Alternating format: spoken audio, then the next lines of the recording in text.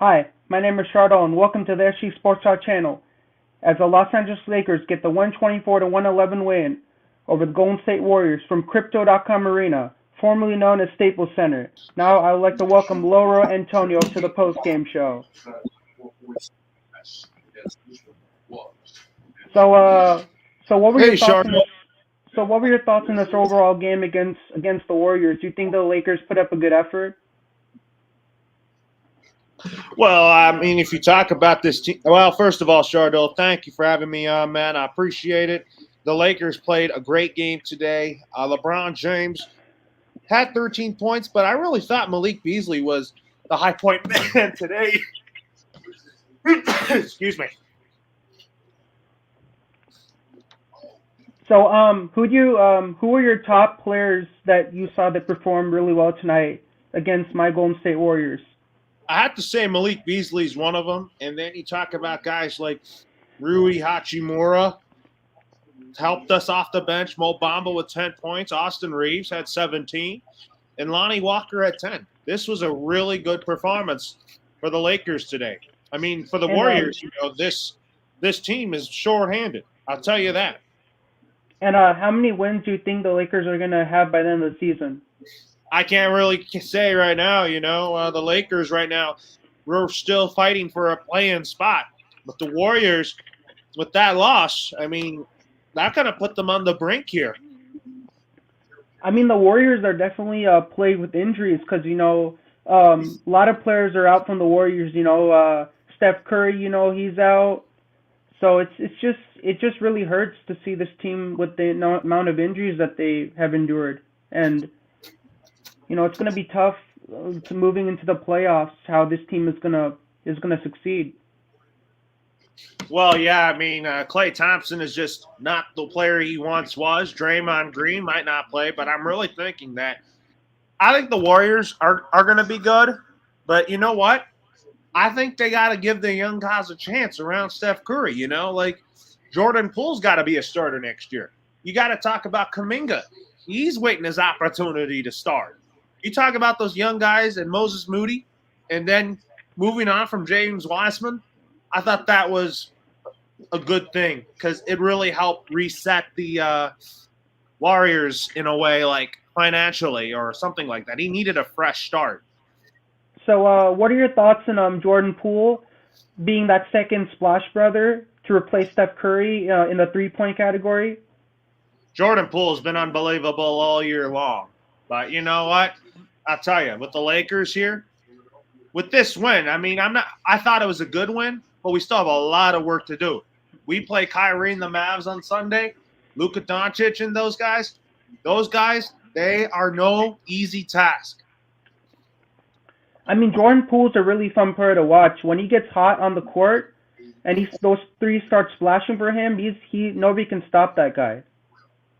Yeah, nobody could stop Jordan Poole, but Curry coming back is going to be key here. I really think that if you look at this Warriors team, I thought that they were going to be one of the favorites to repeat. But you know what? I think they need to get younger. I think they do. If they get younger, I think that they'll be back to being a top team in the West because the West is tough. You talk about the Suns getting better with Kevin Durant and with pairing with Devin Booker and an aging Chris Paul. And then you talk about the Nuggets who are good. Memphis is one of these teams that are very pesky good, very good. And how do you think the Warriors are going to get better? Well, if you talk about the Warriors here, Charlotte, they have to they got to play defense. They got to defend the paint. I mean, they're giving up way too many shots on the outside. I mean, if a team gives up a lot of shots in a game, you're not going to win, and you can't make mistakes in a game because it's people are counting on you, and you can't let anybody down in a live game. Yeah, you can. I mean, the Lakers and the Warriors, the last time these two teams played, the Lakers beat the Warriors up at San Francisco, up at Chase Center here. But the Warriors are a team that, if you talk about the Western Conference standings right now, Chardot, I think that if you look at it, that Denver, Memphis are 1-2. Sacramento is a team that is on the rise yet again. But Dallas, Phoenix, Clippers, they're up there. But if you talk about the playing spots, Minnesota, I think, is gonna be a lock for that one of those playing spots, along with Memphis, Utah, and then I think the Warriors will probably barely get in. But I really think they need to start winning games now. When analyzing the 2023 Lakers schedule, which games do you think are the most hardest for you guys to get a win in? Well, it's tough down the stretch, you know. I mean, we're 13th in the Western Conference.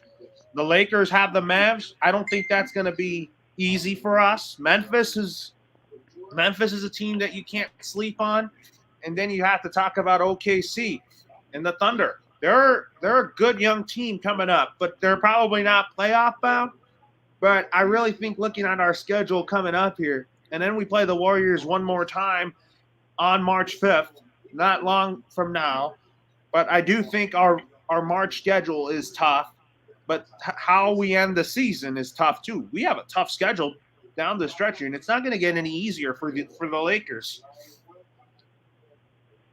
So when the Lakers play the Mavericks, it's Luca versus LeBron. Who do you think's gonna win out of those two? Because they're two really great shooters. Luca's a great shooter, and LeBron's a phenomenal shooter. I mean, he's playing at a phenomenal level right now.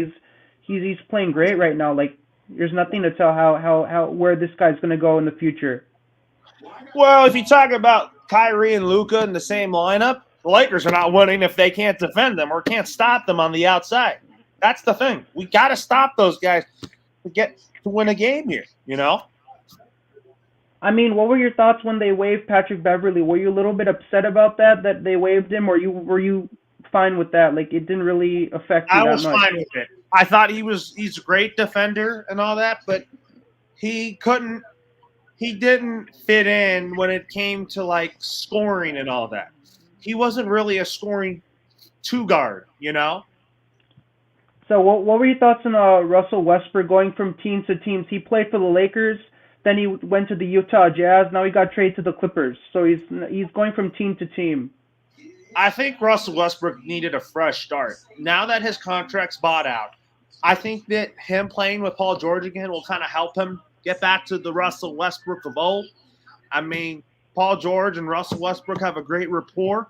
And I do think that the Clippers are getting a great player in Russell Westbrook, but find a way to he's got to find a way to be a team player. When he was with the Lakers, he didn't mesh well with our guys. I mean, you know, when we got him, we on paper the Lakers had a great team on paper, led by when we had a super team. But you talk about now in today's NBA, the super team era is over. So when you mean he didn't meld with the team, what do you mean by that?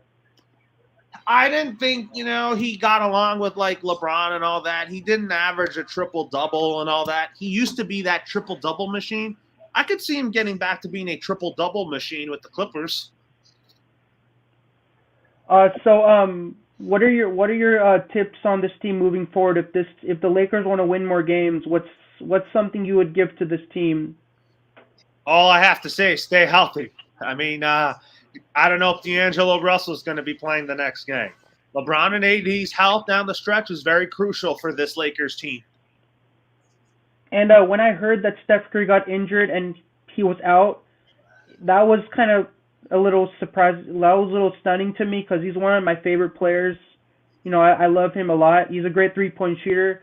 So I don't know when he's going to be back on the team. You know, he might miss. He might. You know, they might have to reevaluate him and then see if he's better, and then they'll bring him back on the team if they find some more stuff about him.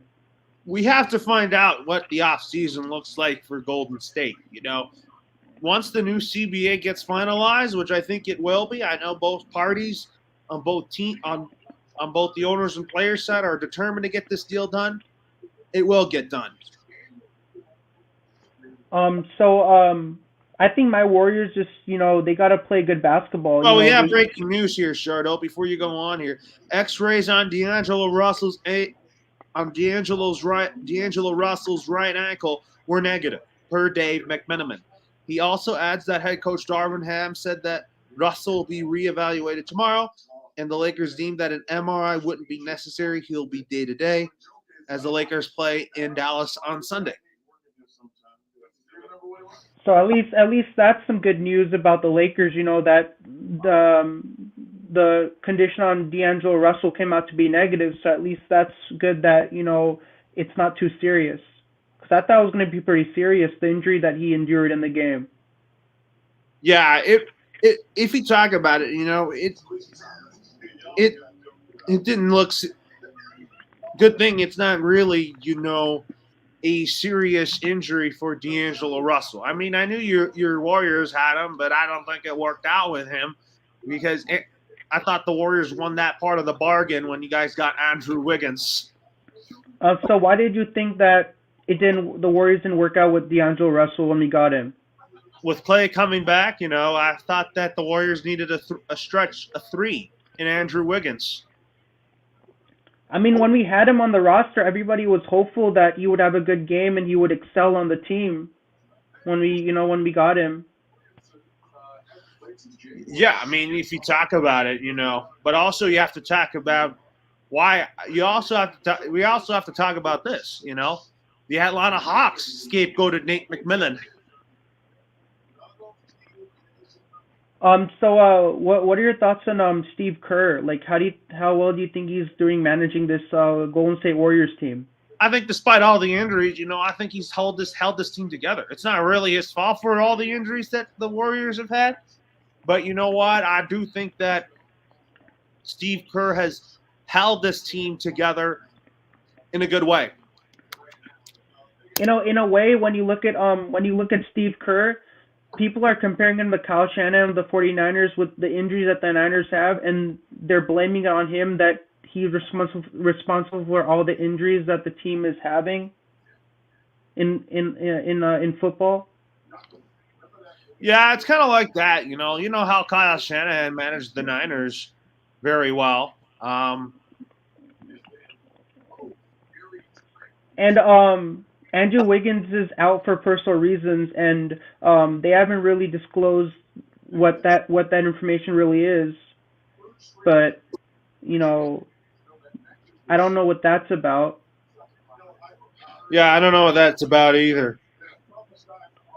So they're saying that they're saying that Curry hopefully he might be back on February 24th against Houston. But that's not really set in stone yet. They're not really sure if he's going to return back by that date. But they're kind of hopeful that he might be back if his injury looks fine. He might end up coming back on that date. But I really want to see him again on Houston. I really want to see him in San Francisco. Oh, absolutely. But anyway, Shardo, thanks for having me on, man. Hey, it was great having you on, Loro, and we'll look forward to doing more Warriors post-game shows. Maybe we can do some Dodgers post-game shows sure. Well, when the MLB baseball season starts. But thanks for hopping on, Loro. It's always great talking with you. No, absolutely. Have a great one, Loro, and see you.